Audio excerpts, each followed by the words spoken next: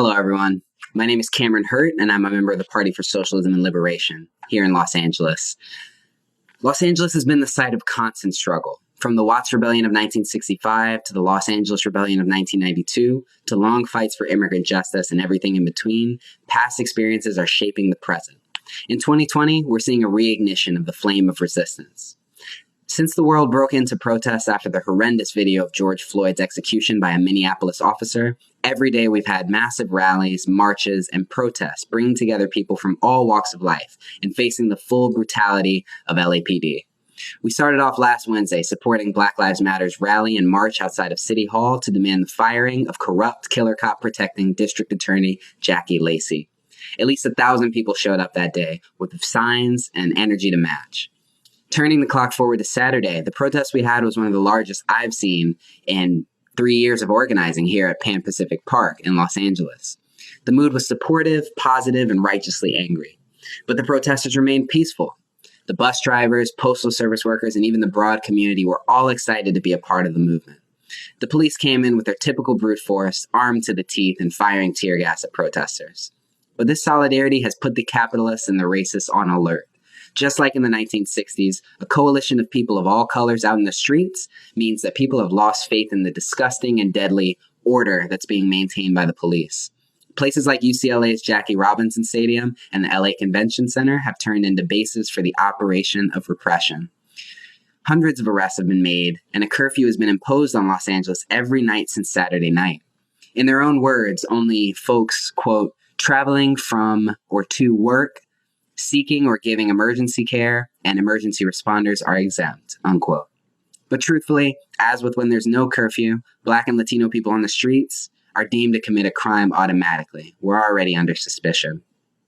Los Angeles County, the National Guard, LAPD, and various other state forces are in a confused and frantic state, sending out multiple emergency alerts every day. On Tuesday, they sent out one saying that the curfew began at 5 p.m. before changing it to 6 p.m. On Wednesday, the curfew said 9 p.m. before they changed it to 10 p.m. And there's two important notes here. One, the commands are only being given out in English, while estimates say that 40% of Angelenos speak Spanish. But importantly, let's compare this with their COVID-19 response. There was no curfew imposed, as the government did everything they could to keep businesses open and money flowing. There was no National Guard sent out to distribute PPE or COVID-19 tests. In fact, responses from Mayor Garcetti have included criminally calling for the closing of all COVID testing centers by saying they won't stand for police cars being burned. There's only 2 operating in the county of Los Angeles right now. But truthfully, Los Angeles is not afraid. The curfews aren't stopping the movement. And truthfully, they're just the legalization of the common practice of Los Angeles Police Department. LAPD has historically used some of the most warlike methods in this nation, trailblazing the practice of destruction and counter-revolution. The Watts Rebellion pushed Los Angeles to develop one of the earliest SWAT teams in the nation. In December 1969, the same month as the assassination of the Black Panther leader Fred Hampton in Chicago, the state forces fired more than 5,000 rounds into the Panther headquarters on 41st and Central in South Central LA.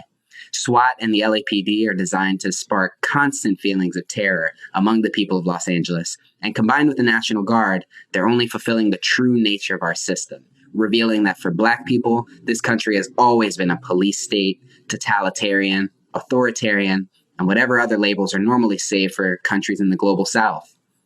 But Los Angeles is fighting back just as before. In Los Angeles, the PSL has gotten involved in many rallies for justice, from supporting and bringing materials to BLM actions, to spreading the word on social media, to participating in car caravans across the city. The police decided earlier today not to have a curfew, but no matter what internal conflicts they may be having, the truth is that people are fed up with this system that has been constructed here in Los Angeles. Yet again, Los Angeles is standing strong as an example of how to fight back, but we're also constantly learning from other movements and other cities.